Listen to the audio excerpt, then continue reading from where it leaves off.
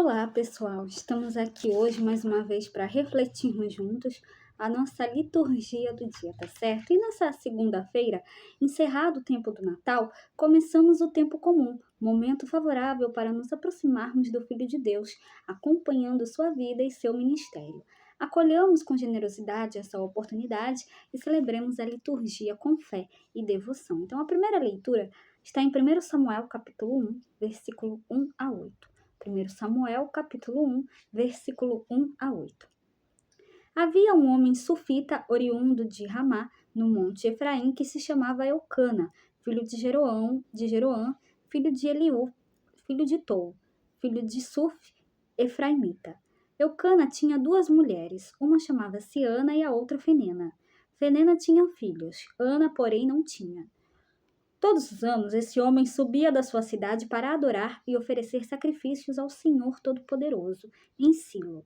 Os dois filhos de Eli, Ofine e Finéias, eram sacerdotes do Senhor naquele santuário. Quando oferecia sacrifício, Eucana dava à sua mulher Fenena e a todos os seus filhos e filhas as porções que lhes cabiam. A Ana, embora a amasse, dava apenas uma porção escolhida, pois o Senhor a tinha deixado estéril. Sua rival também a magoava e a atormentava, humilhando-a pelo fato de o Senhor a ter tornado estéril. E isso acontecia todos os anos, sempre que subiam à casa do Senhor. Ela a provocava do mesmo modo. E Ana chorava e não comia.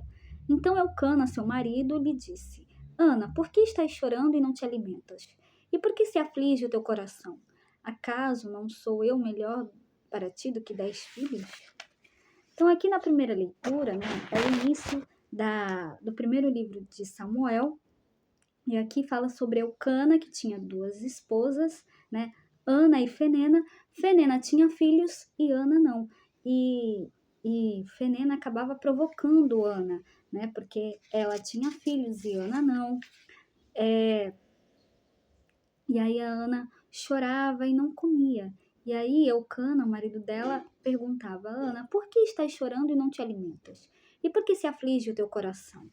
Então, que nós possamos refletir sobre isso e que nós possamos sempre depositar a nossa confiança em Deus, que nós possamos sempre dar testemunho da sua palavra e sempre, dar testemunho da sua palavra, dar testemunho do reino de Deus a todos e depositar a nossa confiança nele, porque ele sempre está ao nosso lado, nos ajudando a superar as dificuldades e os obstáculos. E agora falando do Evangelho, hoje ele está em Marcos capítulo 1, versículo 14 a 20. Marcos capítulo 1, versículo 14 a 20. Depois que João Batista foi preso, Jesus foi para Galiléia, pregando o evangelho de Deus e dizendo: o tempo já se completou e o reino de Deus está próximo. Convertei-vos e crede no evangelho. E passando à beira do mar da Galiléia, Jesus viu Simão e André, seu irmão, que lançavam a rede ao mar, pois eram pescadores. Jesus lhes disse: segui-me e eu farei de vós pescadores de homens. E eles, deixando imediatamente as redes, seguiram a Jesus. Caminhando mais um pouco, viu também Tiago e João, filhos de Zebedeu. Estavam na barca, consertando as redes. E logo os chamou. Eles deixaram seu pai Zebedeu na barca com os empregados e partiram seguindo Jesus.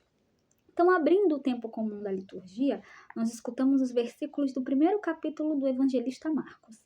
É o início do ministério de Jesus. Findou-se o tempo da promessa. O Antigo Testamento se encerra com um precursor, depois que João Batista foi preso. Ele é o último dos profetas. Com Jesus começa o cumprimento dessas antigas promessas.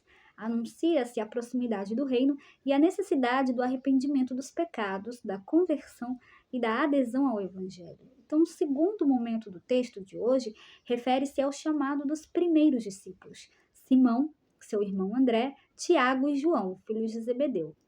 Jesus os vê, Jesus lhes fala, Jesus os chama. É o Senhor quem age ativamente na cena.